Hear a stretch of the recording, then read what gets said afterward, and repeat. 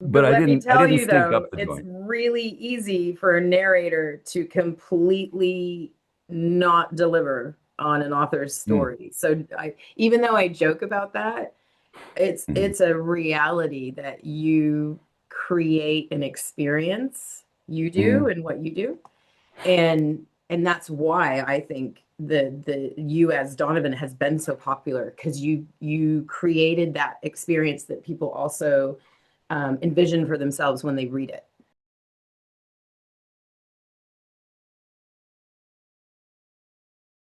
So, I think that's one of the lessons that I learned. Now, I can't say early on, but at a certain point in time, it happened enough times for me to start to understand that maybe my pursuit of perfection, or mhm, my inner critic, or things like that are are working against me sometimes, because mhm. there have been books that I've done that I've finished and said, well, that's crap. And like I wish I'd have done a better job or whatever. And they ended up being some of the most well received books Mhm. that I've done. And so just to be honest, um, probably one of the biggest books that I've done that was that case was Pen Pal by J.T. Geisinger. And Yep. she like she's a very good writer, and so it's intimidating to to read the words, because you're like, I want to get this absolutely right. Yep. And so I made it through the entire book, and then I stopped, like at the end of the book I just went back and said, you know what, that's not right. Especially like once I once I understood the whole story, I was like, nope, I've got to go back and redo Aiden's voice, and I've got to go do. There was a color character, the hippie guy, um, and I just decided, that sucked. I've got to go back and do it again. So I went back and I did it all over again, Wow. and and at that point in time, my inner poodle was just like, you know going nuts. I'm like, this Inner sucks. poodle. It sucks. I suck. Everything is bad. Yeah. Screw it. I'm Yeah. done. And so I was like, I throw it into God's hands. And but it turned out to be like, it was they, people loved it. And it Yeah. was I mean, I guess the writing and Tara Langella, You're like, who was I think she my helped. co-narrator, maybe had something to do with the fact that it was well received. But Well, let me I tell didn't you stink though, up the it's joint. really easy for a narrator to completely not deliver on an author's Mm, story. So even though I joke about that, mhm, it's a reality that you create an experience, you do mm, and what you do. And that's why I think the you as Donovan has been so popular because you created that experience that people also envision for themselves when they read it. Do you know what yeah. I mean? Like Oh, good. I people, like that. readers Yeah. hate it when books get adapted to movies and TV because it's not the same experience. And I Hmm. think that that's what you and Diana did with this book, which was a huge relief to me. Both Yeah. of you, I'm not saying you never made choices that I wouldn't have made, but what I Hmm. said right from the beginning, even before you and I spoke, you both of you did not necessarily make the same choices I heard in my head, but the choices you made were good choices. Does that make Mm. sense? So what you Yeah. Yeah. delivered was the heart of the character, just in a different way than I would have picked it. Or not Hmm. picked it, it's not that. It's impossible Yeah. to get what's in my head to other people. Does that make sense? Right. Right. So I loved, and I've only had one other series narrated, and thankfully I've had very good narrators on both.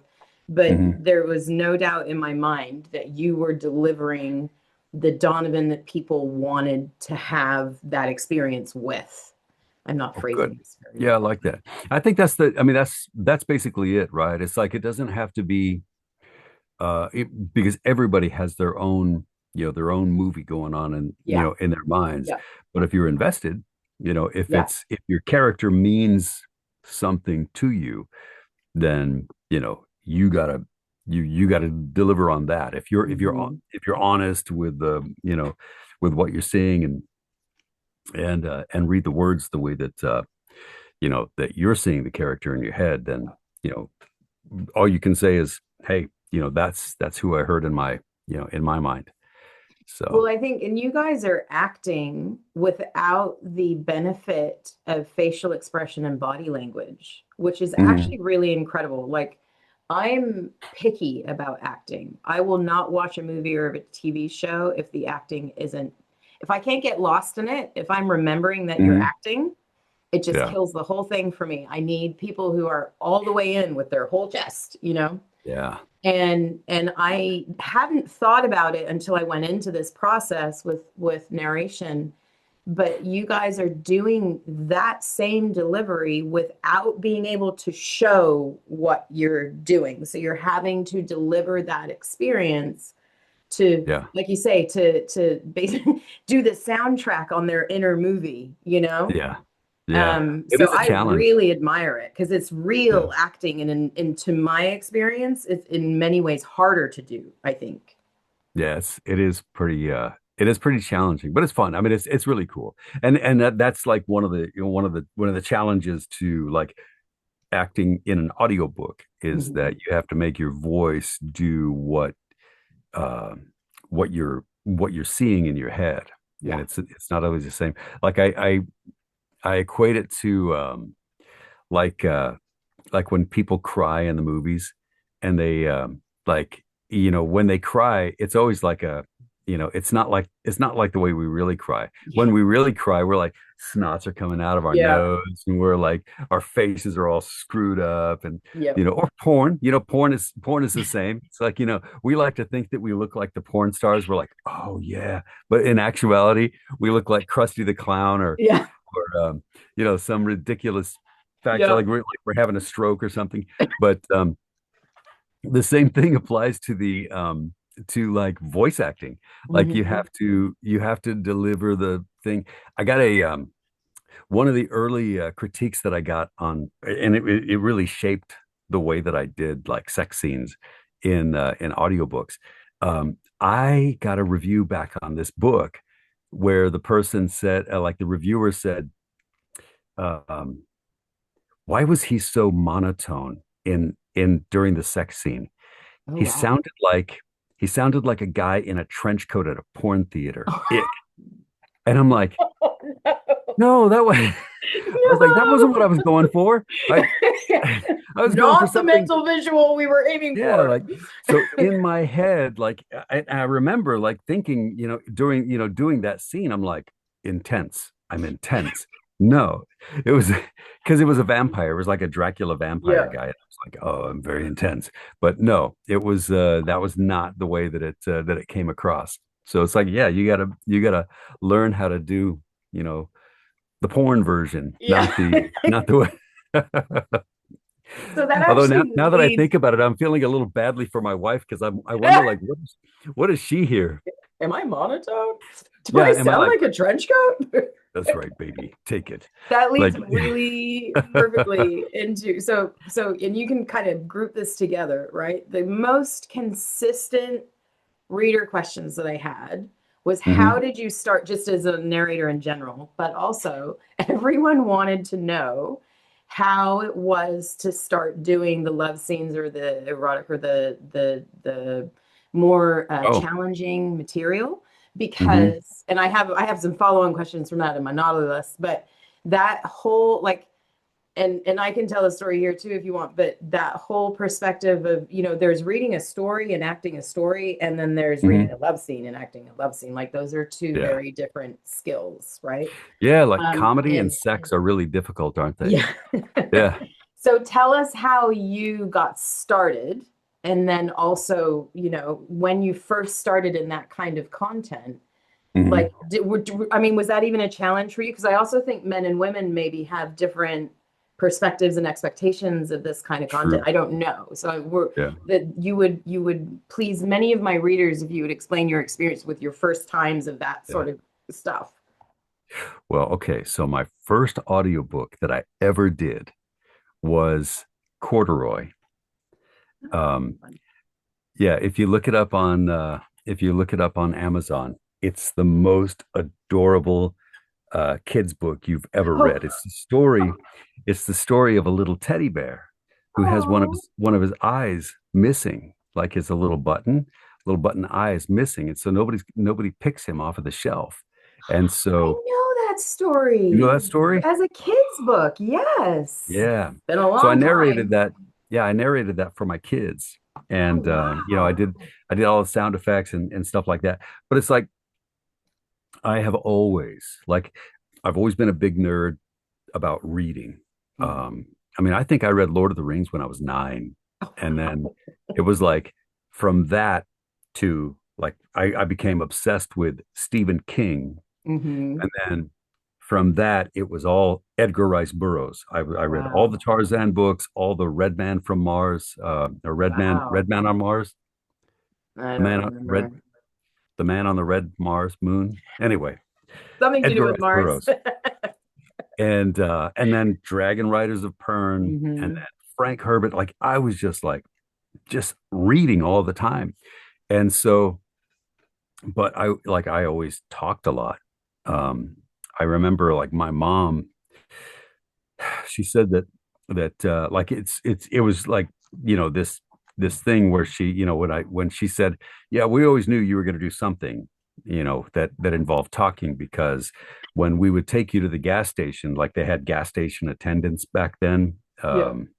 and the gas station that she went to, the guy who like filled the gas, so he called me the politician, because like I was always like back there in the back, in my little seat, like, just talking and hand gesturing and stuff like that. Nice. So like the two had to intersect at some point in time. Like I worked in radio for a long time, Mm. and radio sucks as a career. It's like it's worse than like music. Oh, wow. There's like no security whatsoever in radio, and the pay is terrible for all of that. But so anyway, like I always wanted to do, acting, Yeah. and acting with my voice. So when it became feasible to do audiobooks, I I like jumped in and just never looked back. And that's primarily what I do now, is just 90% audiobooks. Do you know, So like, roughly, I'm not going to try and nail you down, but do you know roughly like the year or the time when that was happening where you were like, "Oh, this is a thing now. I can do this." yeah, 2012. I think my first book came out like March of 2012. So Wow, you've not been you've been in this a yeah, while. I've been doing. I'm gonna look up my first. So He's like, "Where is it?" here's a weird piece of trivia for you. If you look me up in Audible, and you go release date old to new, Oh, the yeah. first audiobook I ever did was called The Void. And it was July 24th, 2012. Wow. And that book still has not been rated. No ratings What? on that book whatsoever. How is that So possible? I don't know, but I think I'm gonna buy that book, and I'm gonna leave a terrible rating just so that I Oh, can, you no, know, no, no, no. Pause. Everybody who's listening to this, go find The Void on Audible and put five yeah. star ratings on it. We will reignite the love for this story Oh, wouldn't that be funny if like all of a sudden, like out out of of out of the blue, nowhere. this guy Brian Healy, the guy who wrote the book, is like, why am I seeing royalties coming in for this book Yeah. all of after, What happened? what is it? 2022 would be 10 years. So 14 Wow. years. Yeah. Yeah. But yeah, so it's like, yeah, 2012. And I mean, like, I'm probably this year I'm going to hit 800 audiobooks. Wow. So, That is so that's, great. I that's a mean, lot of talking. wonderful, but Yeah, crazy. So it when was the is. first time you started moving into the romance, lovemaking, all of that kind of stuff? I think that like fairly early, people started to like kind of put me in that category. They're Yeah. like, yeah, he sounds like a He sounds like a hero. motorcycle club member, or a billionaire, or special ops, secret service Yeah. kind of guy. So he's a Navy SEAL kind of voice. So Maybe, yeah. Oh, I could totally see that. Yeah, you're right. And I had to, like, at a certain point in time, I was like, you know, because you know how like Joe Arden doesn't show his face and Hmm. Sebastian York doesn't show his face. Like there's all sorts of people who don't, they don't show their faces. And I was like, do I really want to live like that? Like, do I want to Yeah. like be worried if somebody's going to recognize my voice at a, in the grocery store and go, Mm. you sound like that guy on my smutty book. Yeah, I was Uh, gonna say. so yeah, I mean, You're I had to right. decide at a certain point in time, like, you know what? I'm not going to pretend. Like, I'm not going to try to be like, I'm not going to try to look like the voices Yeah. in the audiobooks that I do, because like you'll never be that, Yeah. that guy. How does But your wife, this is just random. How does your wife feel about you doing that kind of stuff? Doesn't she care? she's really sweet. Yeah, she's so sweet. Like more than I think I should. Like I take it for granted now that she's like really really easygoing. But like she'll go to signings with me, That's and awesome. she kind of like, if there's a line of people waiting to get their books signed, she'll hang out there and she'll like spark up conversations and she'll talk Oh, to that's them, and awesome. and like she makes it really easy. Like Cool. it never bothers her that you know That's that great. there's We love a supportive spouse. I yeah. also have a supportive spouse, and I know many authors who don't.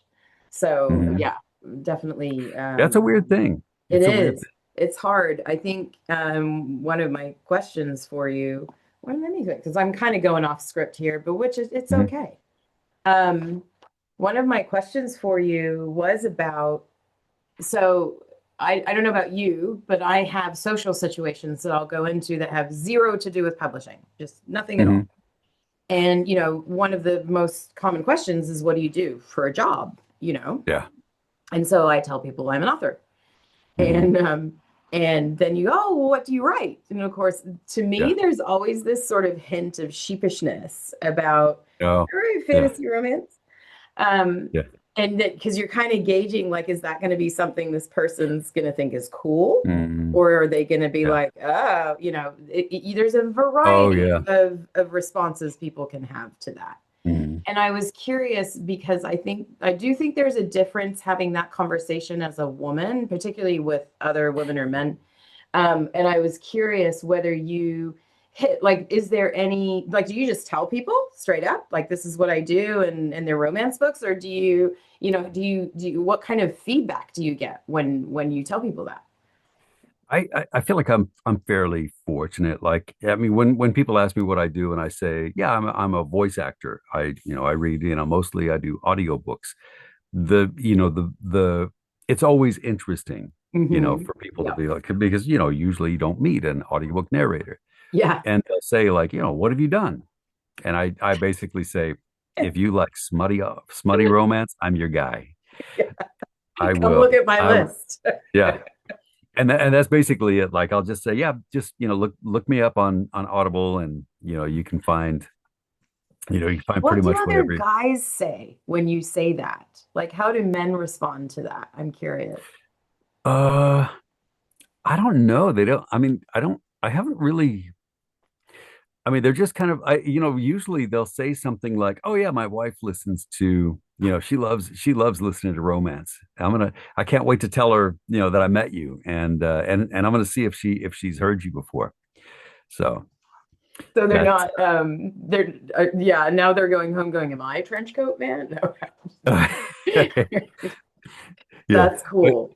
yeah, That's it, cool. it it is really cool, and I really I am for me it's all acting. I Hmm. love acting, and I think that I mean there are genres that I really enjoy doing. Your book was a lot of fun for me just because Thank you. that was my jam as in my fantasy reading. It really Hmm. took me back. I got to read a Dean Koontz book, and that was like he was one of the one like I was I just loved Dean Koontz. Like his books Hmm. were just so good. Yeah. And so when I got a chance to read one, that was a real treat, you know. Yeah. But I mean, it's all acting. Like Mhm. I feel really lucky. Though, like one of the really cool things about being an audiobook narrator is that for the most part, like if I'm doing a solo book, I get to be everybody, Yeah. the girl, the boy, the bad guy, Yep. the good guy, all the characters in between. But I mean, even still, like, if I'm playing the male character, I still get to do all of the male characters. Yeah. And in your Shadowborne books, I got to be what's the name of the queen? Oh, yeah, Deanna, Deanne. Deanne. Yeah. Yeah, and you did, and so I want to draw you back into that because Yeah. I'd love, so I'm gonna mash up questions here. Readers Okay. really want to understand the process that you go through, just like on a logistical level. If you Hmm. can remember how you first got connected with my book, but they want the behind the scenes. Like, how does that process work for you? How do you first hear about a book? Do you audition? How do you get into it? Like, and how do you prepare for characters if you remember? Hmm. Because I know you're just churning them out, so it's totally fine if you can't put that in the Yeah, context of Flameborne and Donovan and stuff. But if you can, they want I to don't remember know. if I did. I mean, did I? Do you remember getting an audition from me, or did No. you just So from find my me? perspective, what we did, we were working on a very tight time frame because Mm. the ebooks were already out. Simon and Schuster bought the rights towards the end of October and wanted to get, we ended up getting out the first one the first week of January. Like they were pushing. And from my Oh, okay. perspective, what they do is they send me a questionnaire that has information on each character and different things about the story and the world. And I Hmm. fill that out. And then, I don't know, days later, they send me links for this one. They sent me sample links Okay. of books that had already been done that were in a similar Mm. genre by the narrators that they thought would fit. Yeah. And the first round that they sent me, no one was right for Donovan. They nailed Mm. Diana from day one. I was like, they were like, so if you like more than one, give us a list of priority and we'll start at the top, with her. I Hmm. was just like, please. And Yeah. then, Nice. but with none of the guys were right. They sent me five or six of them. And I was like, Hmm. how important is it to choose from this lot? Because none of them were Hmm. hitting for me. Yeah. And my editor came back a couple days later with three, and it was Hmm. you and one other guy. And I said, I really wanted your voice. I am Hmm. not an audiobook reader. I knew your name when I saw it, but I hadn't listened, and I didn't Yeah. want to be influenced by that. So I didn't go Hmm. listen. I just listened to the samples that they sent me. But your Yeah. voice, I mean, the second you started talking, I was like, that one. Oh, I like That's that. it. That's the one. Cool. So I was thrilled when they could get you that quickly. But from my Hmm. perspective, it was literally like give a questionnaire, pick off a sample from another book, Hmm. and then hope for the best. And then one Yeah. day, a week or so later, they come back. They're like, "Yes, we got Diana and we got Troy." And I was just over Beautiful. the moon. Like from my perspective, it just never got better than that. So, Oh, and then I that's wait to good. get the I like that. files. But what's that? Yeah. I like that. I think that's really cool. Because I mean, when I got a chance to look over the book, like I said, I mean, it really like took me back to that. So it was it was one of those when they said, "Hey, would you be interested in doing this?" We've got this timeline, and it was kind of fortunate because like there were some things going on, like personally, like medically, I had um this surgery scheduled, and so I had blocked out all this time during that time period, but we pushed the surgery back, and so like all of a sudden I had this time that I could do it. Oh, And so wonderful. when they said, "Hey, do you happen to have the time?" I'm like, "Yeah, and I'm really interested in That's doing this book." awesome. So yeah, so it's like the Lord on high was looking down on us Yes, and said, I absolutely, "Put these I was two together." provided for, no doubt about it. You're the second Yeah. narrator who was on my other series, the female narrator that I really wanted.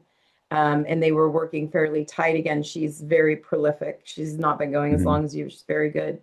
And she said that the reason she could do mine was because she just had an indie author pull out. She'd had Oh. it blocked off, Hmm. and somebody had to push their schedule or something. I'm not sure, but she said she literally had a cancellation the day Yeah. before, and then she got contacted by Podium about mine, and it just fit the slot. Hmm.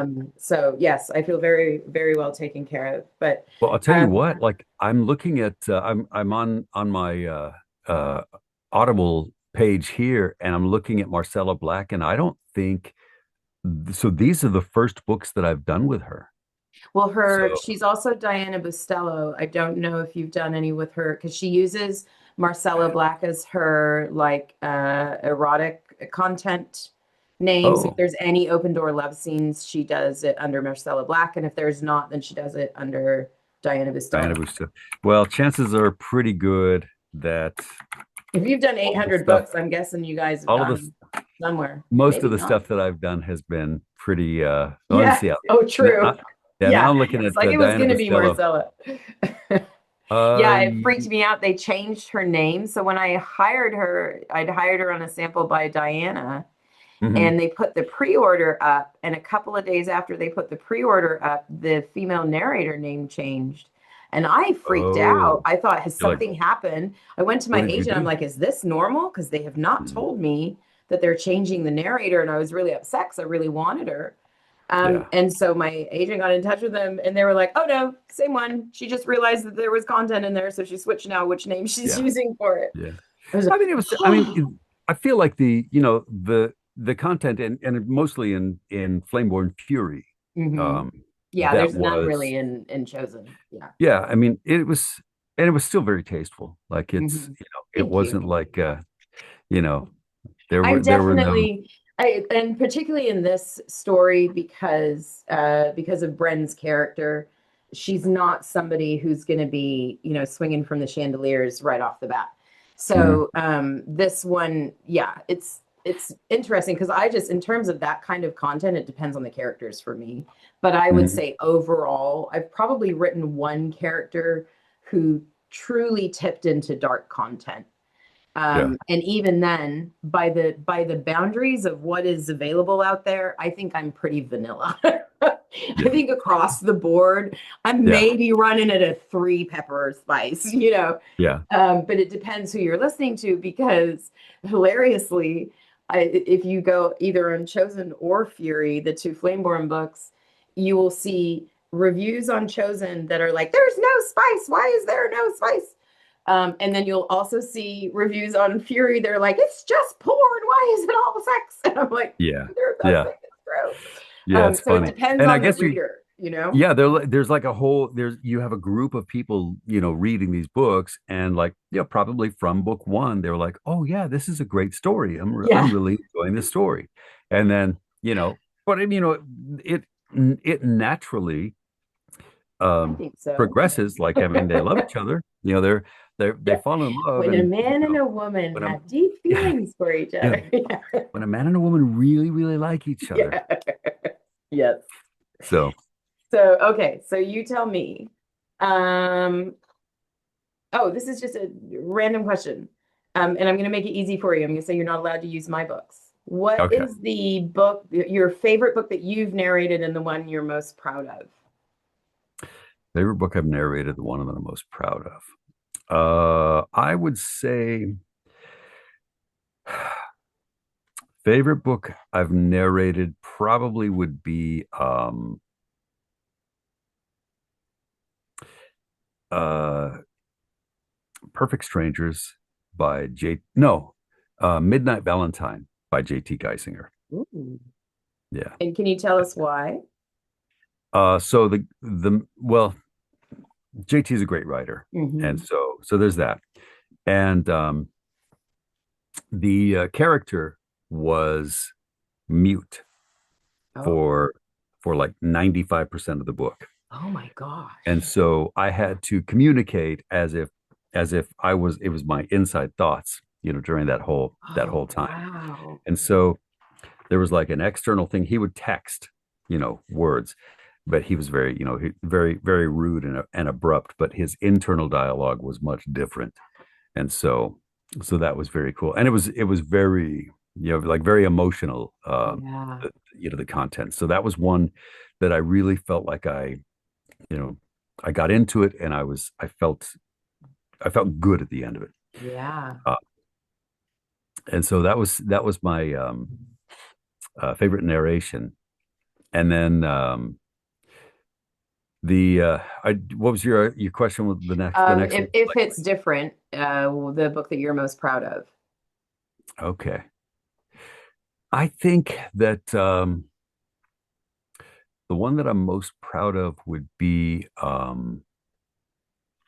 probably Sick Heart by J.A. Huss. And why? Very challenging content.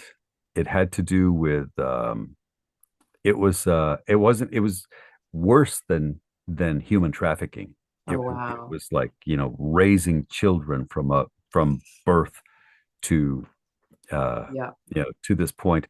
And it was like it was like it was a very immersive Mm, experience. And J.A. Huss, another great writer, who mhm, like is one of those people, kind of like, have you ever read like Hemingway, mhm. where you're reading and you feel like you're there. You can feel the salt air. Yeah. You're cold when they're describing the scenes. Well, she wrote like that, and so that was one that I felt like was Wow. a real challenge, and a lot of I felt like it was like one of the best performances that I've Mhm. done. So No, there you have it, folks. Hot off the presses. yeah, so those are the two that I could think of off the top of my head. No, that's great. Oh, you know what? I forgot. I was going to ask you this when you brought up Deanne. I think I Mhm. told you when we chatted, the thing that impressed me so much about your performance is how you can make your voice so different because you have Oh, this naturally raspy or huskiness to your voice. I will mhm. admit, I assumed you'd be a one-trick pony. I was like, that's a Yeah. very distinctive tone. And I Mhm. thought he's gonna have at least a touch of that across the board, right? I knew Oh yeah. that I'm not, it wasn't that I thought you couldn't act. It was more that I thought, I wonder how this is gonna go with Yeah. with the narrating of multiple characters and stuff like that. Yeah. And I was impressed by every single character you did. Oh, thank you. Oh my gosh, I love so much what you did with Kgosi. Like, I could Oh not yeah. have you nailed him. When you do him, he sounds the way he sounds in my head, Well, he without was my exception. favorite. Yeah. Well, he's my favorite too, but don't tell Donavyn. Um, Yeah. but when you did Deanne as the queen, I was waiting for this Oh man. falsetto. Do you know what I mean? Like I was waiting for this, which is what I've had in other books, because I mean, it's just necessary. Men have Mhm. deep voices, and in order to sound feminine, Yeah. usually they have to kind of falsetto, or and I don't want to say comical because it's not that strong, but there's that element of something not quite Hmm. real about it, Yeah. which is normal. Yeah. The reverse is the same.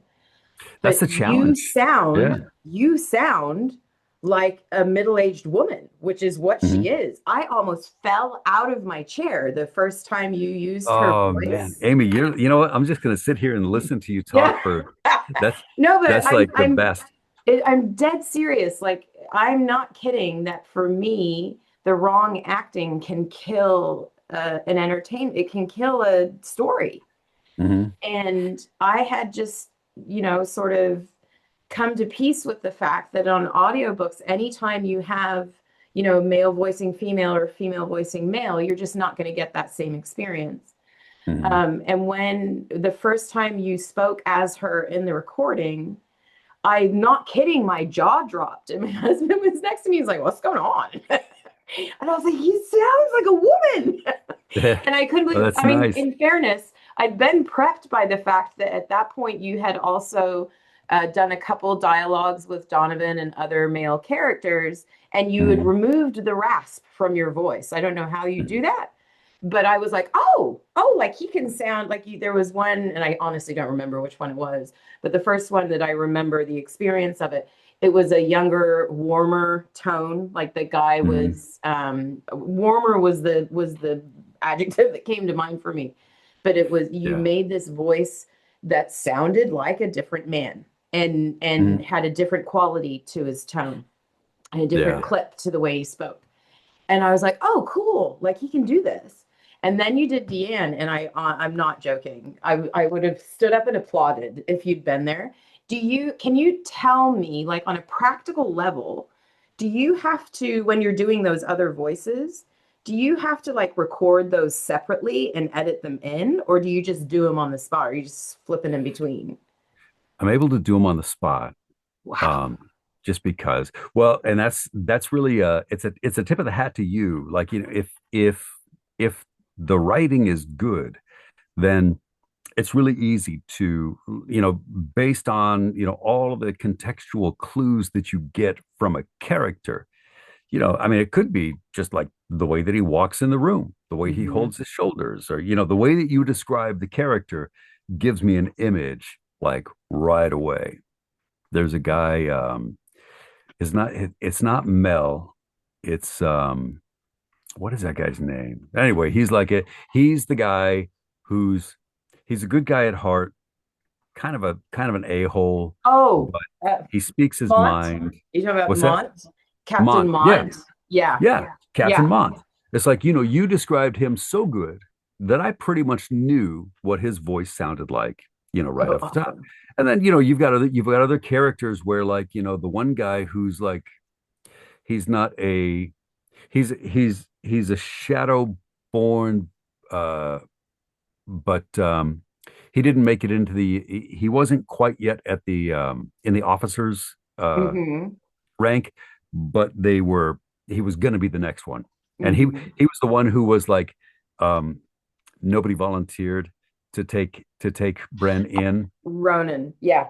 Yeah, Yep. and he finally said, we'll do it. And Hmm. Donovan had faith in him because he knew he was a Hmm. good guy. All of those little clues that you give me are like, oh, okay, I know what this guy sounds like. Yeah. So it's, it makes it easier. And, like, but it is a challenge. Like, Mm. you have to figure out how, between the, like, the timbre of your voice, the Hmm. speed at which the person speaks.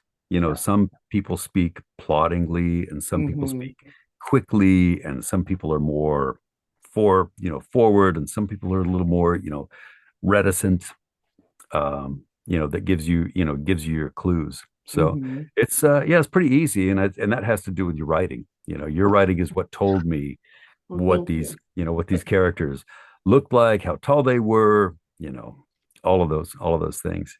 Yeah, So, but and I'll happily sit here and say thank you, but also like to be able to switch your tone so significantly just back and forth like that. I mean, clearly you've got practice, but mhm. that was very impressive to me. Oh, Like thank you. I appreciate legitimately, that. like kudos, sir. Like it not that's not something everybody can do. Well, And doing women's voices is like it's a personal challenge to me. Like, I never want to, like, I never want a review that says he did a caricature of right. a Yeah. woman's voice, or he sounded like, it sounded like he was making fun of, like, Yes. he sounded like a stereotypical, Yep. woman. Because I don't want that to, I never want that to be the case. Like, I always want it to be like, what does this person sound like? Yeah. And, yeah, women don't have deep voices. And so that's part of it, is like, you don't offer a deep voice, but I never try to affect a voice. I try Hmm. to affect like a personality trait, Hmm. or mannerisms, or something like that. So Yeah. that's what Deanne sounded like to me. I mean, Yeah. No, you she's did she's a great. character, but she was smart, right? Like, Yes. she, A little bit sly. she's haughty, she's arrogant, she's cunning, but she's Hmm. smart. Like, there's intellect, and that she really is uh a powerful voice in her husband's, Yes. um, you know, um counsel. Hmm. Yep. So, That's very true. Thank you. Thank you yeah, for yeah, seeing her. absolutely. Thank you. I actually love Deanne, and she's a big part. Well, she plays a very important role in the next books, and it'll be really interesting to see what Mm. you do with her. A lot of readers don't like her because she was extremely manipulative to Bren and caused some She issues. was, but she owned it, right? Like Mhm. at the end of it, she came back and she said, "I'm sorry. Yeah. I did a bad thing." I mean, that's That's pretty how I feel that's too. I'm admirable. wondering if that's a Yeah. generational thing because a lot of people, well, not a Hmm. lot, but there's definitely a voice among readers where, oh, she did this thing, so that's it. She's a bad She's dead guy. to me. Yeah. Yeah, yeah. And the Yeah. thing is, I love that they are protective of Bren and that they're protective of Hmm. relationship and stuff like that. I don't want to discourage that. But I always want characters to, good people do bad things and bad people do good things in real life. And I Yeah. always want there to be that little bit of ambiguity. Everybody makes wrong Hmm. decisions sometimes. And I'm like Yeah. you, I'm like, it depends what you do with that. So Yeah. you made the Yeah. wrong decision, you did the wrong thing. How do you deal with the consequences of that? To me, is where you Hmm. really see a person's mettle. Yeah. Um, It's a measure of character. yeah, Yeah. I think You, so. But you know, it's really interesting. Like when you were talking about that, and I thought, oh yeah, that's challenging for a writer uh, to like deliver that, like complexity in a mm, character who can be a villain but can also be have conflicting mhm. feelings. um there was a quote that I don't even think I actually saw the interview, but I heard the quote, and it was like so cool to me. They were talking to, who's the guy who's Professor Snape and the bad guy in Oh, yes, Die I know who Hard. you're talking about. Shoot. Why am I not remembering his I know name? exactly who you're talking about, and I'm sure anybody Great. listening does also. I can see Yeah, his face great. in my mind. I'm just I not know, thinking me of his too. name. But the it was really interesting. They said, how did how could you play such an evil guy, as Professor Snape, or the terrorist in Die Hard. Hmm. And he said he was never the villain. Hmm. He was like, in his mind, Yeah. he was doing the right thing. Yeah. Like he was the hero in his movie. Yeah. And like that, I think, is really cool. Like Yes. if you can keep that in mind, that all of these characters, they feel like they're the heroes in the Yes. story. Yes. Then then if you can understand that, then you can like do a better job on being that person, because Yes. that's what brings their humanity. I mean, the king is the same way. I mean, he's like he's he does a lot of, he's very dismissive and very arrogant, and his own thing, but at the core of it, he is he is the king, and he feels Hmm. like he's doing what the king needs to do. He's making tough choices, Yep. I as far love as that you bring that his up. I've actually always had an idea, and one that I actually hope to write soon, of a person who at the beginning believes they are the hero and learns that they are the villain. Does that make Ooh, sense? A yeah. character who is doing Mm-hmm. everything they're doing, believing that they're right and good to do it, and Mm-hmm. then finds out through events and ongoing that actually they were the bad guy the whole time and they didn't even know it. Wow. I've always Yeah. wanted to write that kind of character arc, and I kind of Mhm. have an idea for it. But anyway, I love that you see that because I'm like, oh, I like that. Wow. I That's love interesting. redeeming Yeah. villains. I love taking a guy who Hmm. looks and sounds like the villain at the beginning and who legitimately, like, if he was in your story, he'd be your villain, right? Hmm. I love bringing that guy to a place of reconciliation and remorse and humility where they have to Yeah. self-reflect. And I've done that a couple of times. And yeah, I love that. I love that you see Did, it. did you ever see, there was a funny video that somebody made about the Karate Kid, and he said the Karate Kid, Ralph Macchio, was the asshole in this book. No, And I like haven't seen that one. he goes through this whole thing, and he's like, okay, consider it.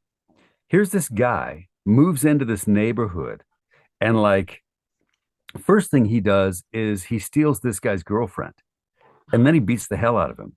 And then he gets an old man to help him beat the hell out of all of his friends. And then, About that. like, he goes through this whole thing, and you're like, wow, it is He kind of a was dick the move, victim. isn't Wait, what? it? Yeah. So Yeah, I thought that was really funny where it's like, that's I think somebody awesome. did the same thing with like Gilligan, where they were like, Gilligan, they would have been much better off if they would have just like thrown him to the sharks because they would have gotten off that island Yes, years before they did if it wasn't for Gilligan. He was the evil yes, character in the whole thing. that's very So, true. but what a great idea. I think that's really cool, especially because like as a writer, you're able to like shape people's people's perceptions. You could probably make them like that character That would and be the goal. understand his or her motivations and reactions and things like that.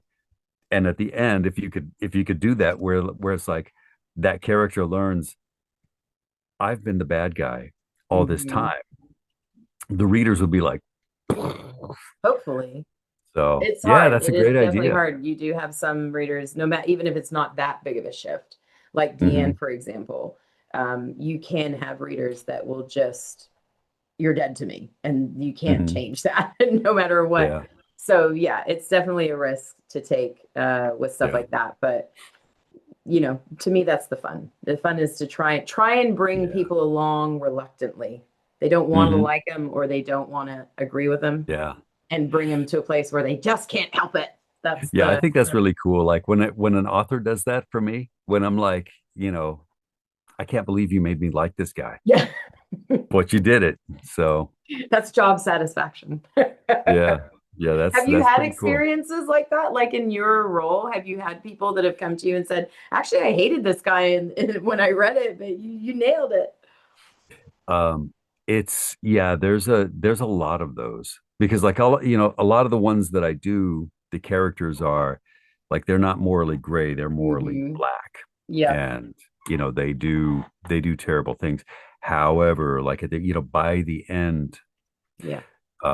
like you understand that even if you wouldn't make those same choices, that they are creatures of their environment, Yeah.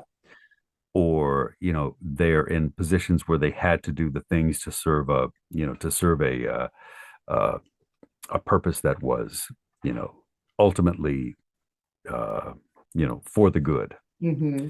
So it is pretty interesting. I mean, it's kind of it's a cool exercise to go through. Yeah. So Well, you're bringing stuff alive. I mean, that's the reality. As an author, when you write, you have your voice. People hear it however they hear it, whether it's the same as you wrote mhm. it or not, it's not up to you. But you're Yeah. doing the next step again, where you're bringing people into your world the way you hear it and Hmm. the tone that you bring to it, because tone means so much to how a Yeah. line lands. And Hmm. that's what I meant when I said earlier about even if narrators aren't making the choices I would make, they're still making good ones. The lines are landing, the emotion or the intent behind it is still the right one, if that makes sense. Hmm. Um, Yeah. Yeah. It gets you to the same place, yes, just in a different exactly. with a different path. Yeah, Yeah. different trail to the same destination. Hmm. Um, I am curious. This was actually one of my questions, and it's up Yeah. to you how deeply you want to answer it. Okay. Would it be accurate to say that the vast majority of the material that you read is written by women? Hmm. Would that Yeah. be true? I thought Hmm. so. So I'm curious as an author, and you can speak to me directly or you can talk about generically what you've seen. How could we write better male characters? Because I figure there has to be times, because I know there's times when and audio narration is very revealing. Because Hmm. when I read the words, I read them as I wrote them, like the tone that was in my head or the intention that was in my head. When you hear somebody else read it, it lands differently and you realize you see your own flaws. It's actually a very Oh, yeah. humbling experience to have people read your words and you go, oh, I did not do that right. It's not a narration issue, it's a writing issue, right? Yeah. Sometimes I hear my males and they don't sound like guys. They sound like men that women wish men were, if that makes sense. Hmm. Yeah. And so you're tipping out of it. To me, when I hear that in my own work, I'm tipping out of reality. And I don't want to tip out of reality because I know that a Yeah. man can be emotionally available or powerful or whatever without Yeah. sounding like a woman. So, do you have any tips for me or authors in general about how we can make our men real? Or is there funny? Yeah. I don't know. You Discuss. could you could make us a little more oblivious, like one, like Less when aware. the only time that I roll my eyes is when it says something like, it's like I'm in the role of like the motorcycle MC president, and Yeah. it's like I watched her walking away with those apple bottom jeans and Manolo Blahnik shoes with the red soles. And I'm like, no dude knows No what that dude shit is. knows Nobody that. knows what she had her French tips on point. Nobody knows. Like I don't Yeah. nobody, no guy knows what those, all of the so it's like, it's kind of funny when when they do that, when they'll mention like brands of purses or Yeah. styles of hair, hairstyles or like specific Yeah. kinds of like dresses or something like that. It's like, Yeah. yes, You you know know, what you know that it's an empire cut dress with a yeah, boat neckline. The yeah. guy knows And this, Sarah, apparently. that's the so I mean that's the only time that I kind of roll my eyes. But I will say that I would say that where guys get short shrift is in the way that the author describes their emotions and attitudes toward women, toward anything. It's like if oftentimes, and I'm kind of like I'm picturing some of the more stereotypical Mhm. books that I read that are, you know, a lot of these writers, and I think that you probably know this now. It's like you realize, okay, writing is a business, and if you want to Mhm. succeed at business, you have to have like there's a certain Yep. throughput that you have to have for your books. It's like my readers need a book every 6 weeks, or whatever your timeline is. You got to write. I mean, and I think that's the same thing in music. Like when you Mhm. see bands like U2 and the Rolling Stones, and Yeah. you know these guys, they know the business side of Yeah. show business.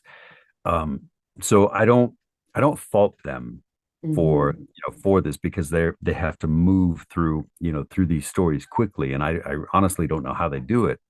But the guys in their books are, can be very one dimensional. And Mhm. it's like, um sometimes it's funny where, like, the guy is walking around with a permanent erection every time she glances his way. That's just not the Yeah, way it's it like works. ring. I'm not going to get an erection.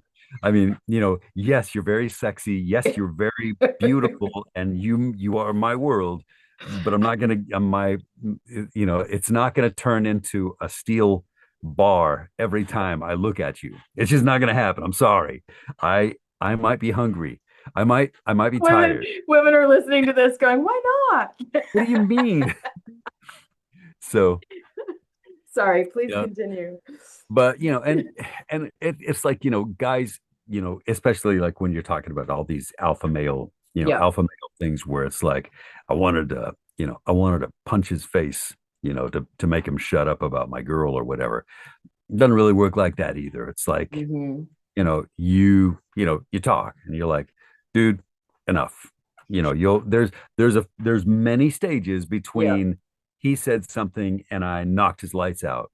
Yeah. There between there's a lot of reasoning, and I think that guys don't you know get the credit for that. And then I think that, yeah, and this is, it's like you said, like authors are writing for a very specific audience, Hmm. and they're like, they're writing for what the ideal Yes. the ideal guy is. So they might not be interested, too interested in how poetic a guy is, or how romantic or goofy a guy is.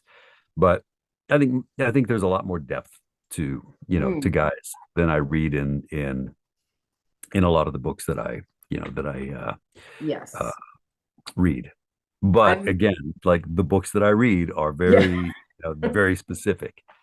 So, I'm very blessed to have been, my husband and I are celebrating 25 years next year, mm, married, and I've watched him grow. And I hear what you're saying. And he's taught me a lot about men in general, like from before we were married right through to now.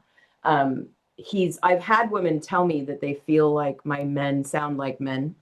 mhm, I know I don't always hit that. That's not a flawless record, but I really think it's because I listen to him when he says things like what you're saying. Like mhm, just because, and I think a lot of the misconception comes from because women use so many more words, we often process a mm, lot more externally. Whereas I think men, obviously there's a spectrum on everything, but just mhm, as a generalization, I would say men process more internally and then only mhm. speak the conclusions.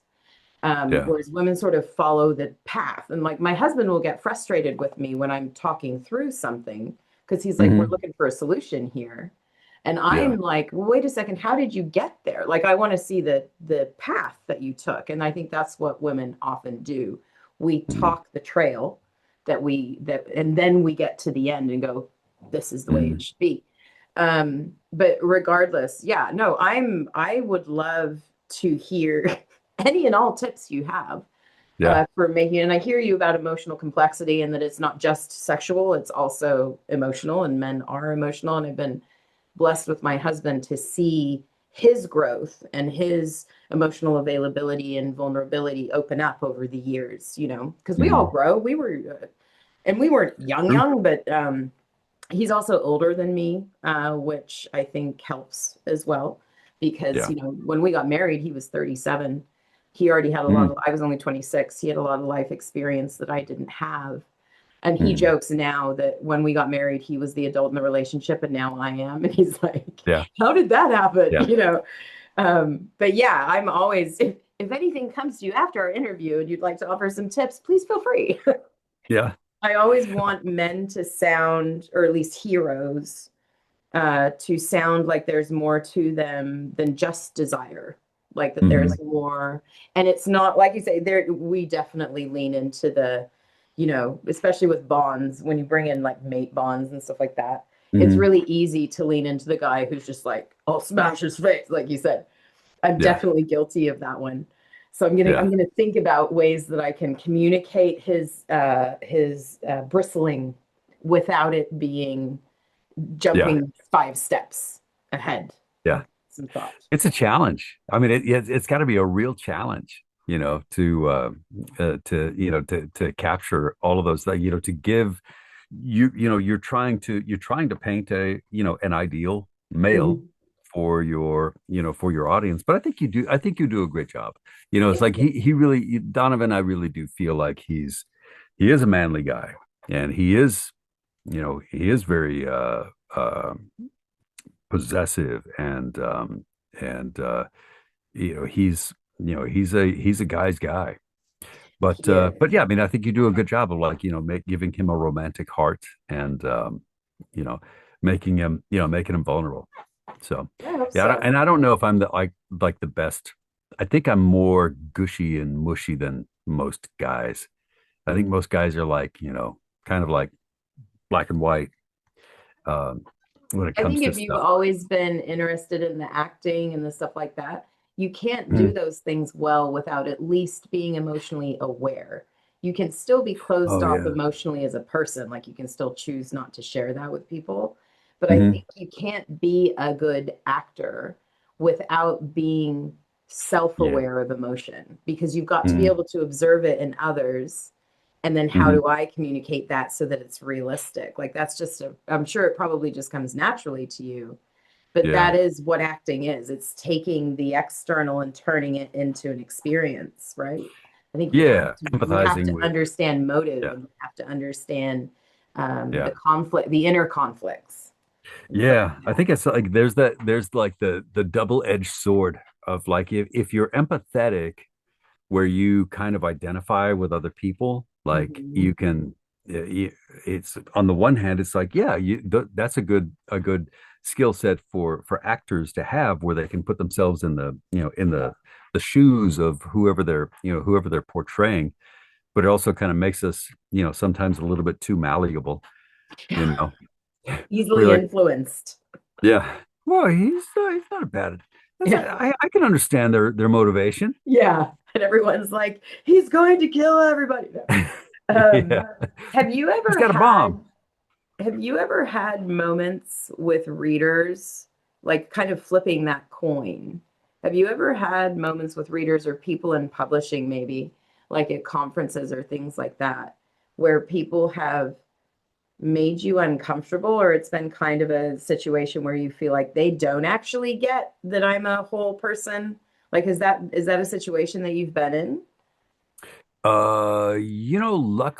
Luckily, I have not been in too many of those situations, but most of the time when I go to a signing, I bring my wife along. Hmm. And so, there's my beautiful Creates wife, and boundaries. like, yeah, and I think, like, we're very affectionate to each other.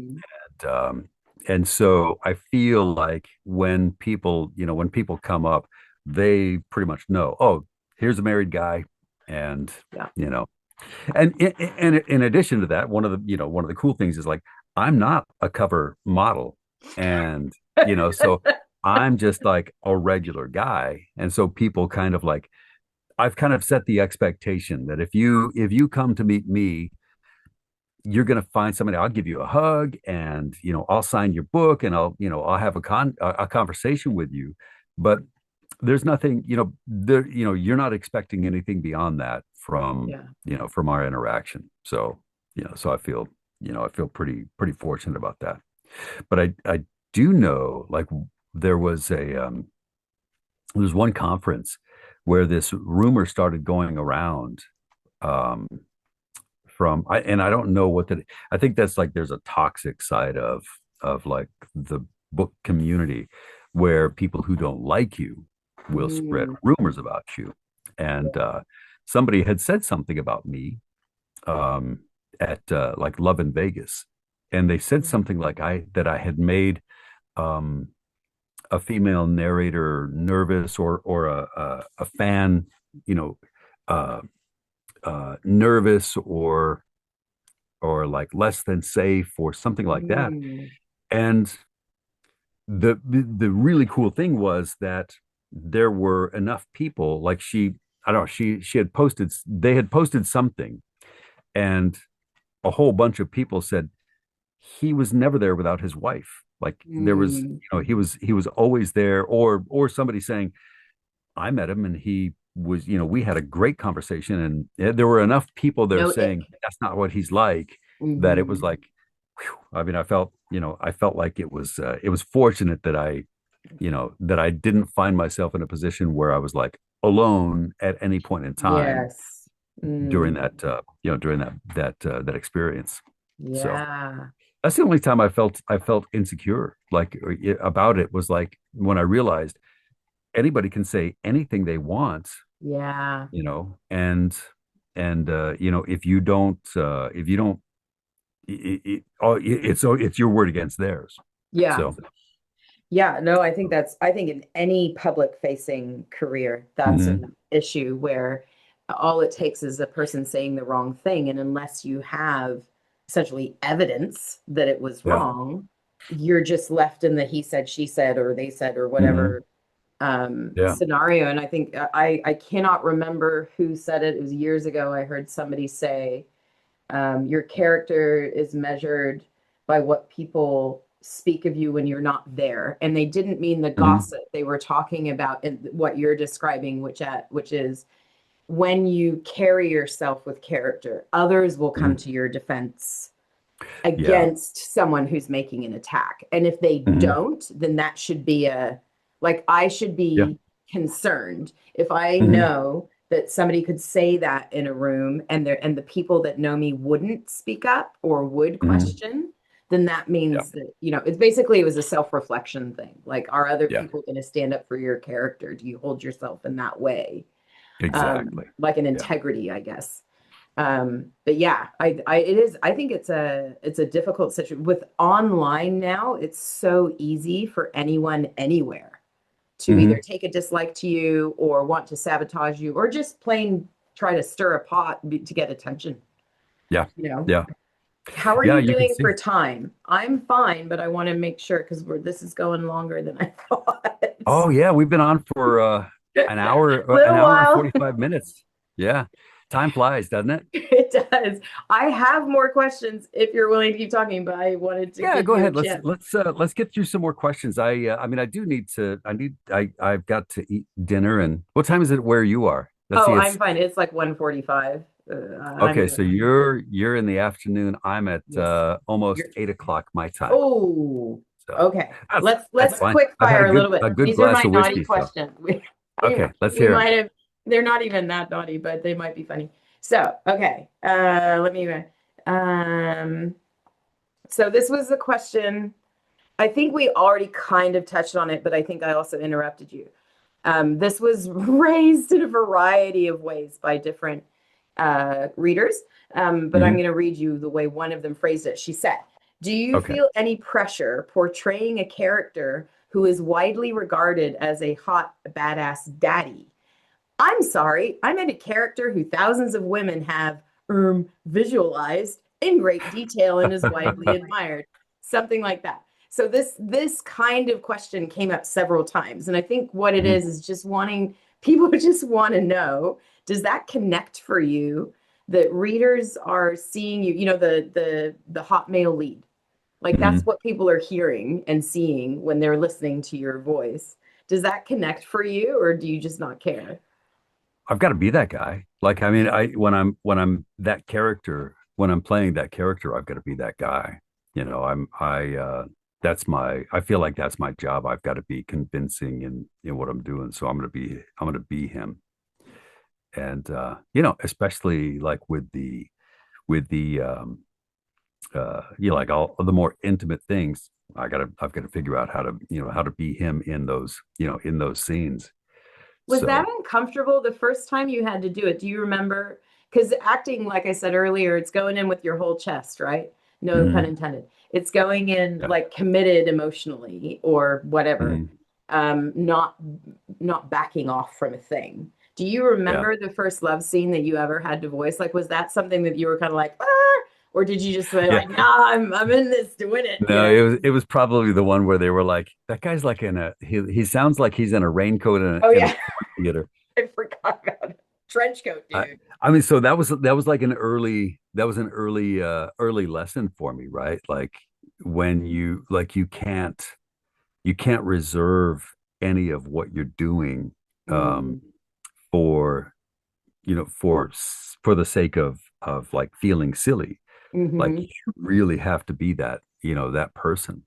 And you know some of the guys are very heartfelt and loving and tender in the way that they make love. And then there are other people who are like, you know animals. Animals. We're scratching an itch, and you know we're doing this thing.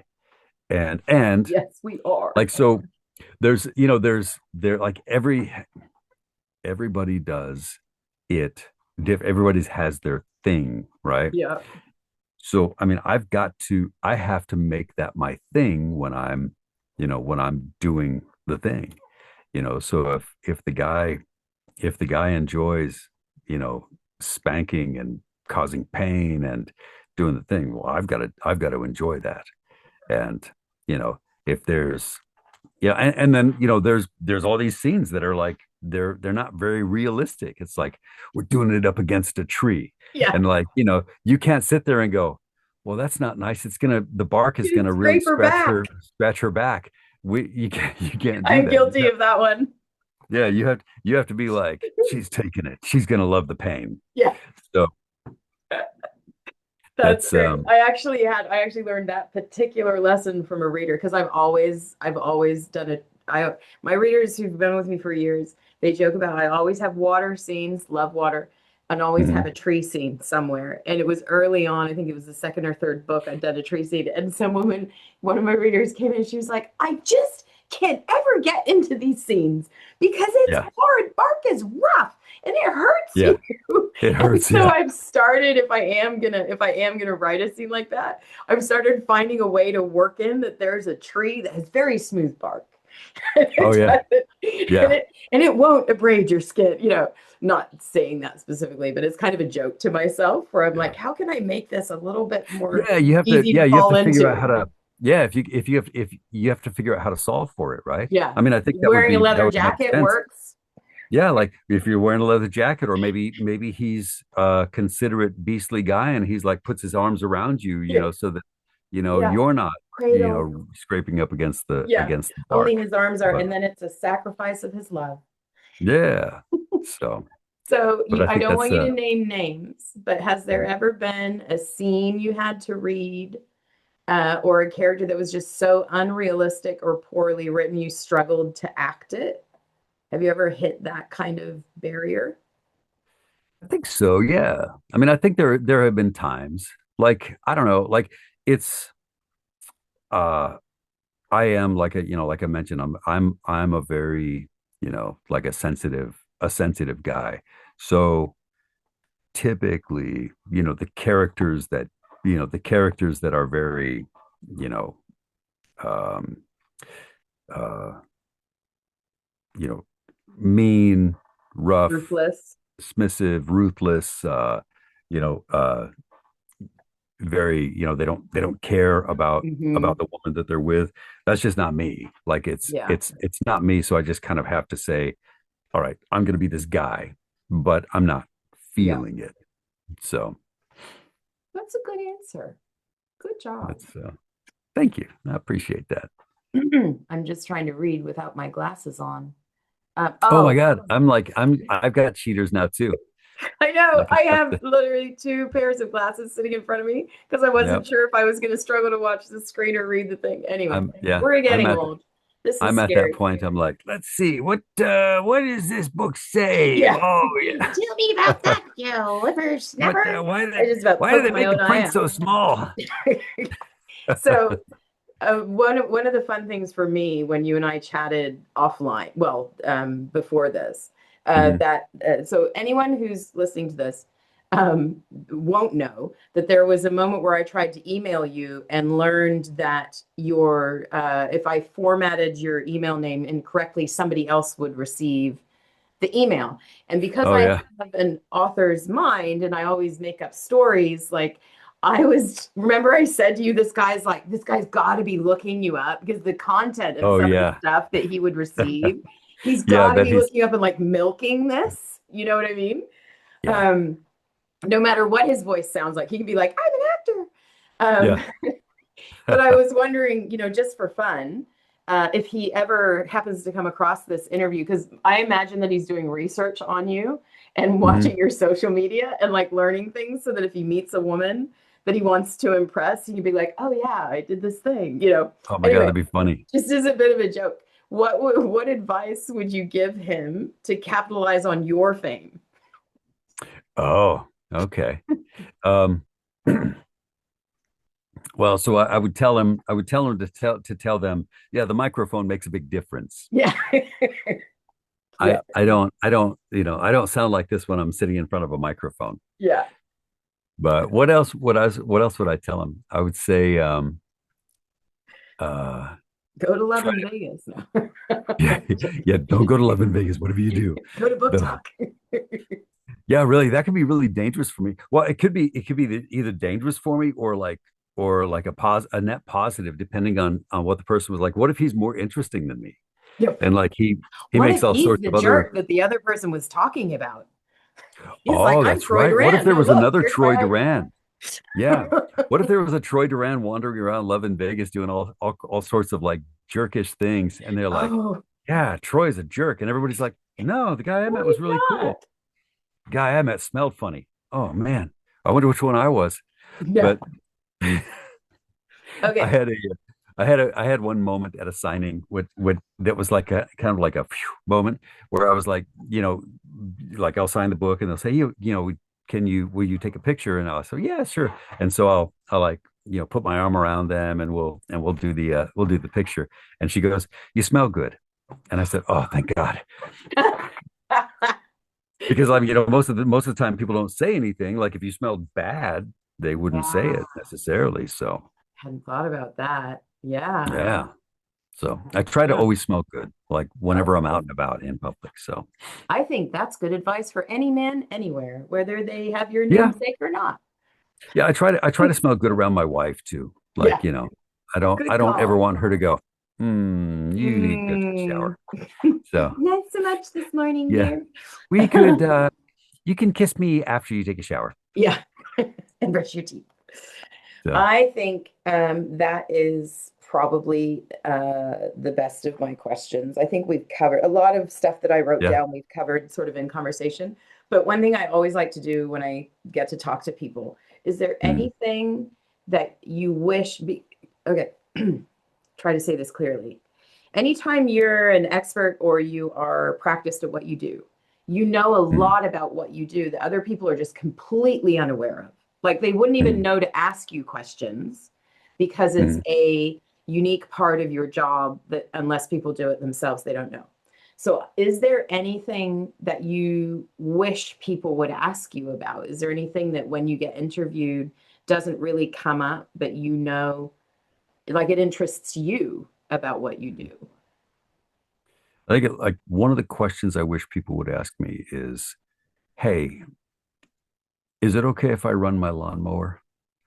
Oh, Because like your neighbors? yeah, I wish they would ask me like, "Hey, when is the best time for me to run my lawnmower?" And I could tell them, "Oh, well, anytime after 3 or before 7 in the morning would be great." Oh, oh my But gosh, I hadn't even thought about that. you Is know it what? okay Being if in my there, son starts drum lessons? oh yeah, my it's the thing about being a narrator that's so weird is like the smallest, weirdest little things can like crash us out in terms of like accomplishing anything. Like Mm. if you're working and you're typing, you're like doing the story and everything. If your stomach growls, no big deal. You'll keep typing and you're like, oh, maybe I'll grab a snack, right? Oh, No, wow. if I'm talking and my stomach growls, I have to stop. I have to start back on the, Oh, at not the thought beginning of the about that. sentence. And if my stomach growls again, then I have to stop again. Okay. The answer is go grab a bite. Fine, I'll go grab a bite. So I go grab a bite and I come back. Well, now my stomach's not growling, it's digesting and it makes different noises. And you're like, it's so hard to explain that, you know, I can that write and fart at the same time, but you can't.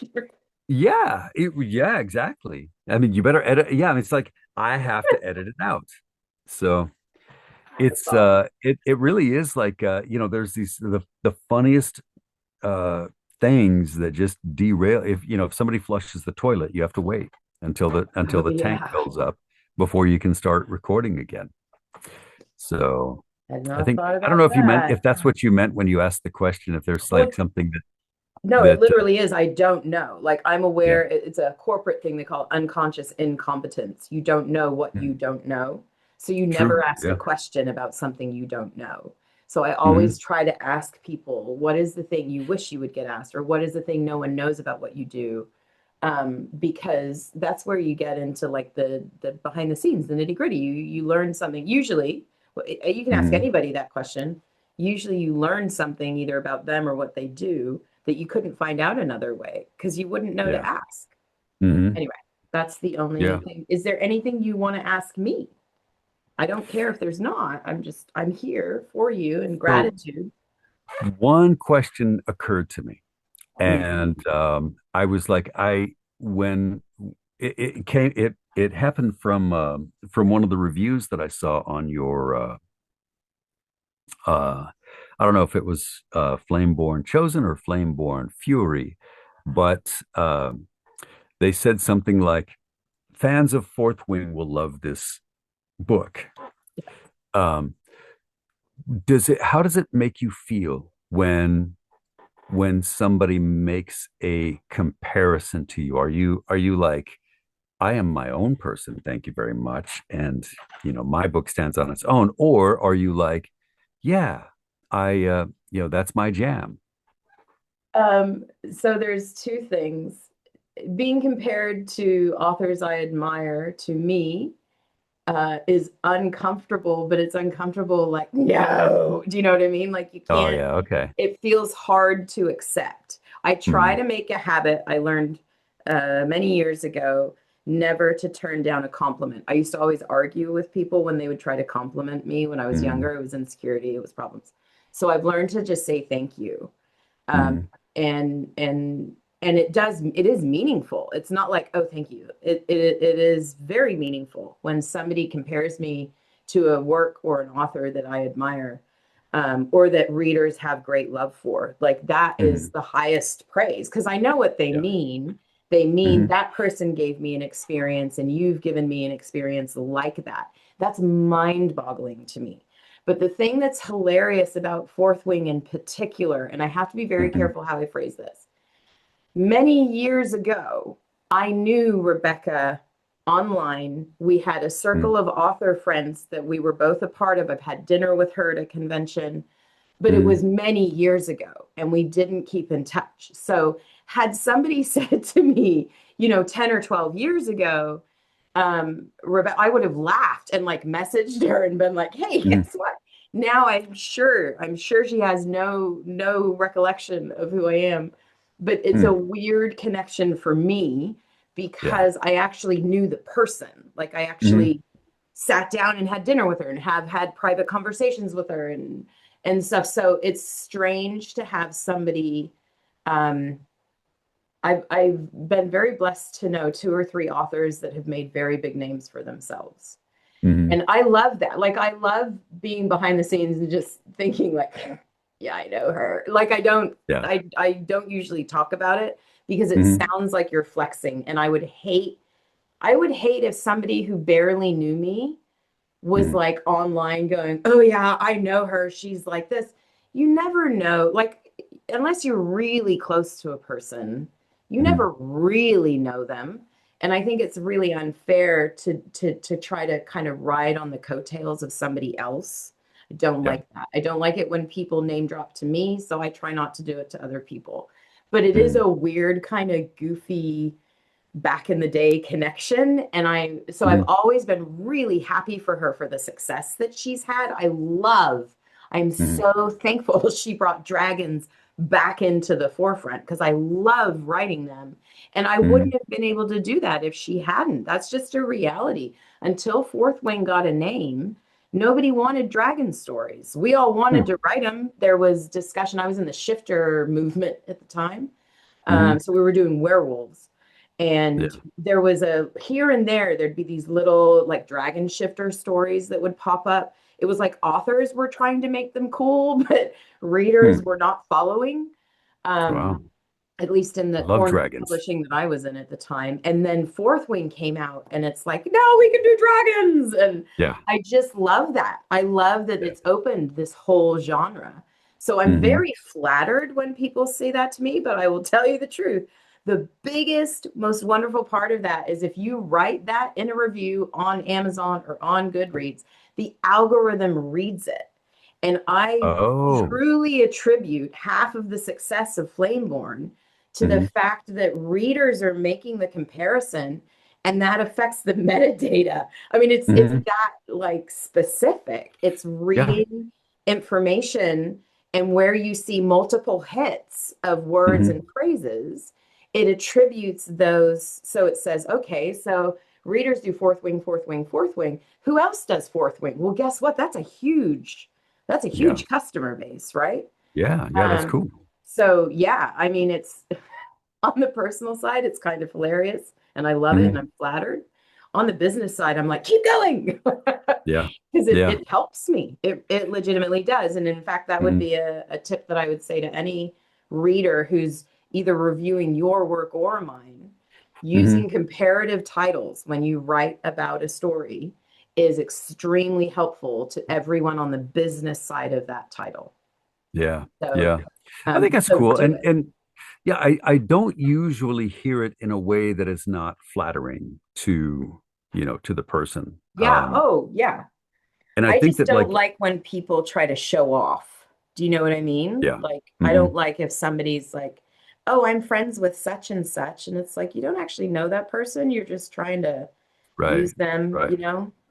Well, especially if you are friends with that person. Like if you really were, you wouldn't be dropping their name. You wouldn't be trying to trade from your Yeah. association with that person. But I had I, the I only time I ever brought up Rebecca in like a author scenario, somebody had come into an author chat that I was in. It was when Fourth Wing, I think it was in the work up to Iron Flame coming out, and an author said, "Oh, this is AI. I know it's written with AI oh because geez. they use the word tapestry in their metaphors like 4 times. And who uses the Hmm. word tapestry?" And I'm thinking every I do. fantasy writer Yeah. ever. But Yeah. it was the one time I was like, you know what? I'm not flexing here. I've met this woman. I followed her for years before she did Mhm. Fourth Wing. She's writing her own books. Like, Yeah. I was just going to shut that down because I was so mad because people will take that. Like you said, somebody Yeah. says the wrong thing and other Mhm. people run with it, and now it's a fact Yeah. online. You know what I mean? So I think that's the only time I've been like, oh yeah. Yeah. But yeah, that made me really mad when I heard that. I think there's just so much there's so much surrounding this, there's so much anxiety surrounding Mm, AI that there's a lot of witch hunting going on, and I hope hmm that you know tames a bit. But everybody has, I mean, I think we all have our own things that we do and say that are habitual. Yeah. And so, you know, And I mean, AI is scraping all of it. yeah, true. Yeah, exactly. So I think that's cool. But yeah, I mean, the reason I asked is like I noticed in myself, like every time I would hear a new to me musical artist, my first impulse would be to categorize them. Like, oh, he Yes. sounds like Jimi Hendrix. Oh, they Yes. sound like Led Zeppelin. Oh, they sound Yep. like you too. And I thought, well, I wonder if they would like that. If they Yeah. would be okay with being compared to who that was. I think humility is a very, and I don't mean false modesty. I mean not thinking of yourself so highly that others Mhm. should maintain, whatever for you. Yeah. And I think, unfortunately, in any creative venture, it's really easy. People tend to go to one extreme of the or the other. Either they believe their own press and now they're Mhm. too big for their boots, they have to turn sideways through a door, or they refuse to accept the reality of what they've achieved. It seems to Mhm. be with most Mhm. creatives, I know you go one direction or the other. I've been Yeah. really intentional. I've been working towards what is happening now. I've been working towards for 15 years. I sat in a room with a bunch of other authors a few days ago, and I said to a woman, I do not have imposter syndrome. I also don't think I'm special. Like, a really Mhm. wonderful thing is happening, and I'm glad that it's happening. And I worked for it for a long time. So I Mhm. don't feel I do get the ick sometimes only because I'm a normal person. I had a reader message me and ask me something or comment on the book, and I responded to her personally, and she said, I'm crying because you're talking to me. And Mhm. I'm like, girl, like, I go to the supermarket and I Mhm. drive and I shower and like I'm a normal person, just like you. If we walked past each other on the street, you would not, you know what I mean? Like, I Mhm. don't like that sense of putting somebody else above you. I don't Mhm. like that. It makes me uncomfortable. But I love that it's that easy to make somebody feel special. Like, that's True. wonderful. I can Yeah. just respond to a message with 2 or 3 lines and it's Mhm. like made your week. Like, that's crazy. That's Yeah. crazy. But it's Yeah. wonderful. Like, what a gift. So, Yeah, yeah, it's pretty we cool. gotta, I think it is fun. It's like it's very, very flattering, and to feel like a rock star every now and then. But I I don't think yeah, I'll I ever do feel like think a rock star. I well, sometimes like if somebody says something like, "Oh, I like that book," and I'm like, "Oh, I like that," and I'll click a like or I'll say thank you or something like that. And if somebody says, "Oh my God, I can't believe that Ready, he Red, like responded," my comment. I'm like, I'm some dude sitting in my sweats on the couch watching Netflix, and I'm like, "Oh, I like that," just like you. But Exactly. I mean, yeah, it is a little bit surreal, but it's still fun. I mean, it's like Yeah. that's a pretty cool gig where where Oh, you can totally. feel like a rock star every now and then. You Yes. know. I will not complain that people are excited to hear from me or my material or whatever. I'm never going Mm, to complain about that. yeah, and Definitely. it's nice. I mean, it's like you do something that not everybody can do, um, and to uh, articulate uh, ideas, emotions, principles, things like that in the written word. I mean, that's a gift. So Thank it's you. pretty cool. Like I think that it's and it's got to be validating for you too when 100%. when Yeah. somebody is a little flustered when they get to actually meet you. They're like, oh my God, she's the one who wrote those words. Yes. That's you know, it's a legitimate thing. It's a validation of you know of what you've worked for a long time, since you Yeah. were 12 and you wrote that first Yeah. Tried. It was a sci-fi novel. yeah, I got about you know. 50,000 words in, I think. I would say the same for you. I know it would be easy, not easier. Well, okay, if I put myself in your shoes, I think I would be inclined to say if an audiobook does well, it's because the writing was good. But I Mhm. actually, coming from an author's side, that's not true. I believe it's, that story about, I think it was Carl Lucas. Was it Carl Lucas who wrote, gosh, whoever wrote Star Wars? Was it Carl Lucas who wrote it? I can't remember. Anyway, there's that Oh famous man. quote of, Right now there are Star Wars fans going, I know, oh my God, I can't believe that you don't dying, know. dying right now. I'm so Yeah. sorry. I am old and also not a sci-fi person. Anyway, Harrison Ford apparently Mhm. during the filming said to him, "You can write this shit, but you can't say it." And the whole idea was Mhm. that something on the page sounds Mhm. very different. Like I was saying to you, you hear the flaws in your own writing when Oh, yeah. somebody says it out Mhm. loud. And I truly attribute any real resonance with a Mhm. story to the narrators. And I do think that that's why readers get excited to meet you. And it's because they know that Wow. you brought them the experience. You're making it come alive, which is It really is cool. it is really that's a fun way to think about it. Like and when I say fun, I don't mean to make it sound trite. It really is a to feel like you're turning, this story that I don't know how long it took you to write these stories, but I know how long it would take me to write them. But it's it's a lot of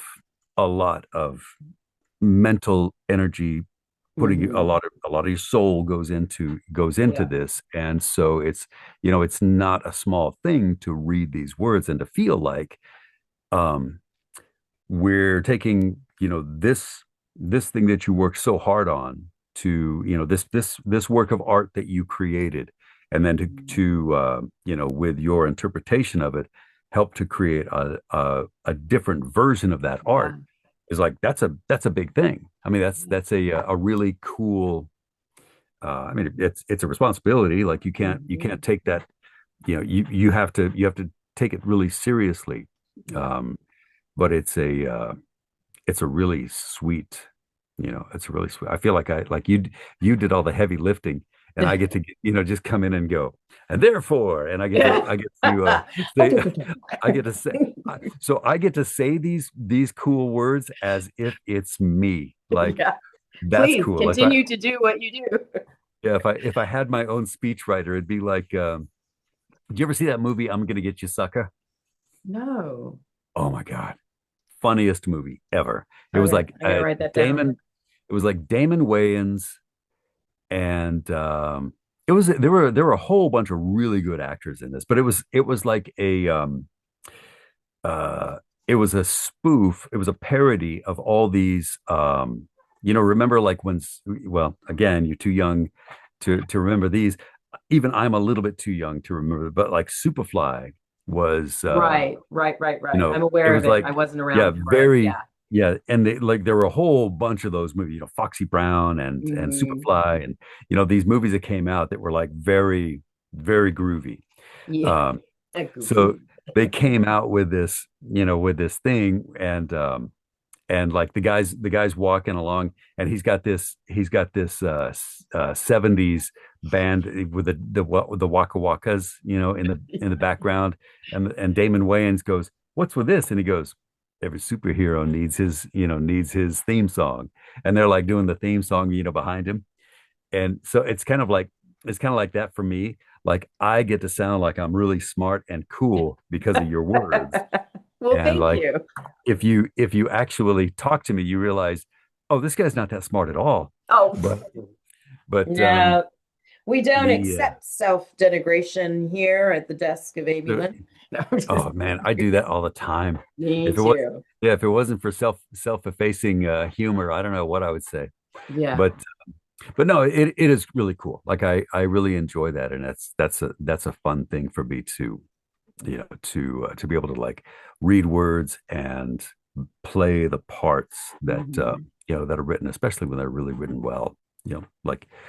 Like you do with Thank this you. Flameborne series. I can't wait to start the next two. It's going to be I'm a really excited for you to start the next two because Donovan tips into his got something to learn era, and oh I think you're gonna do him and Kigosi have a couple pretty hard hitting conversations in this pair. hmm, So yeah, yeah, there's some challenging stuff coming up, but I think you're gonna do great, and I'm excited to hear it when it happens. yeah. Kagosi's so smart. He's I so like cool. Kagosi. He's a good guy. Kigosi is the man I wish I was. Yeah, really. He's Yeah, yeah. I wish I could be as smart and 30,000 feet as he is. yeah, yeah. So, No, the dragons are modeled on the idea of God's quiet voice to us, the wisdom that comes that we maybe don't mhm. want to hear, but that we really need to Yeah, hear. It's supposed to yeah, be that kind of internal, I guess, monologue. But yeah, I love Kigosi, and he's a definitely a fan favorite. Like yeah. he gets a lot of. Oh, you know what? I will just ask you really fast. I don't Okay. actually think it's a big deal. There were several people that wanted to know when you're reading funny material. So a lot of the ladies love the banter that goes on between Donovan and Kgosi, Hmm. particularly in the first book. Um, and you can use that as an example or other stuff. But do you break? Like, do you have to read? Do you ever like read stuff and it makes you laugh, or you can't deliver it? Like when you're reading comedic stuff? Oh, well, sometimes I'll reread like funny stuff. I'll read it, if I didn't get the timing right or something like that. If I didn't think he was like, because Kagosi is very dry. He's got a very Hmm. dry sense of humor, and I like his deadpan. Um, but usually I'm okay with that. The only things I have a hard time with are like the very emotional parts Mm, when it's like a very, if somebody dies or yeah. something like that, I will have to stop and take a deep breath and go drink a cup of coffee or get away Yeah. from it for a little bit, so I'm not all, you know like I don't want to do the ugly cry. I want to do it like, the No, Hollywood I cry. hear you. I hear Yeah, you. You have to do the Hollywood sob or yeah, choke the or Hollywood. whatever. Yeah, more like, yeah, like the Yeah. and maybe maybe not that, but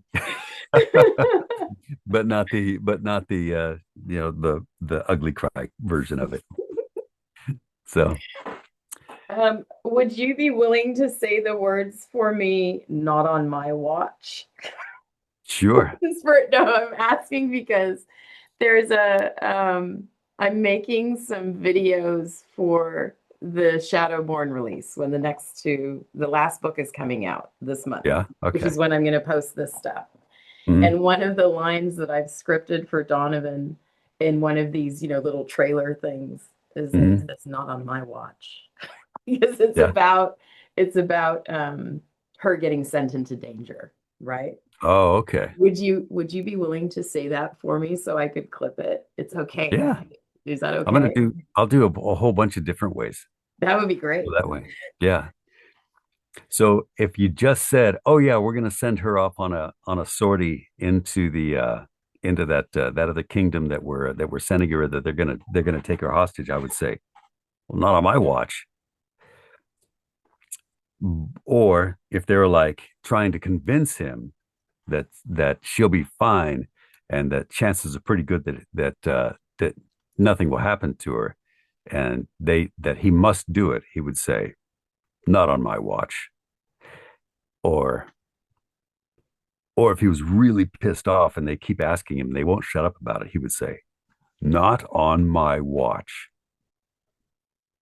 How's I'm that? Like trying to one be of the quiet. would one of those work? Yes, Okay, absolutely. cool.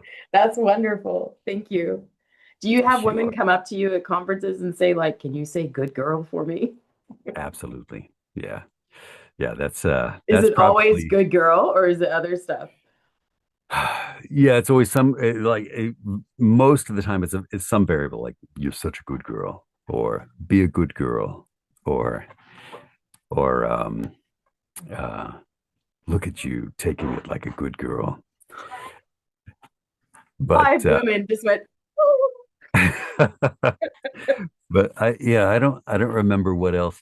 There was one that was there. I did a skit one time that was kind of funny where I was walking around reading a book to like while this uh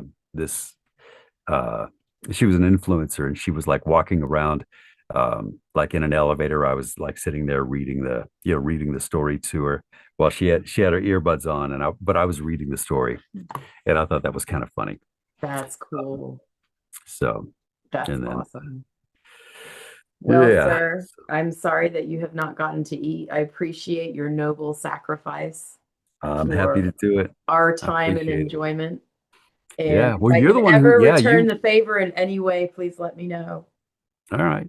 I appreciate that. Yeah, if I have any more uh thought-provoking questions, I'll ring you up and ask you though. Yeah, totally. Anytime. I've used up all your time. Sorry, but Are you good? anytime. I would love to. Okay. Amy, it was a great time talking to you. I really Yeah, you enjoyed it. too. Yeah. I And we're like knew, eight. I could tell we were gonna be fine just Yeah. from chatting Yeah. with you on TikTok and stuff. I was like, he's good. Yeah. Yeah. We have a I feel like it's easy to tell like when you're like chatting back and forth that you'll have plenty to talk about. Yeah, So I concur. I wish we'd had more, but both of us are good at tangents. So yeah. this, Yeah, this could get we do go messy. off on tangents. So If we all ever right. do it again, we clearly need to block out 3 hours instead of one and a Yeah, half. well, we've got a couple more books that are coming out. So when we have the next couple books Yes. coming out, we can always get together again. That would be Yes, fun. I would love to. I don't have confirmed dates from Simon Maverick yet, Hmm. but when I get like when they put the pre-orders up, because I've asked them to put the pre-orders up early and they've said that they will, Hmm. Oh yeah. then we can know like when and then we can find a gap in your schedule. Yeah, that would be really cool. Like yeah, if they do the pre-orders, then we can look at those dates and just say, "Oh yeah, cool. Let's Yeah, plan on getting together, yeah.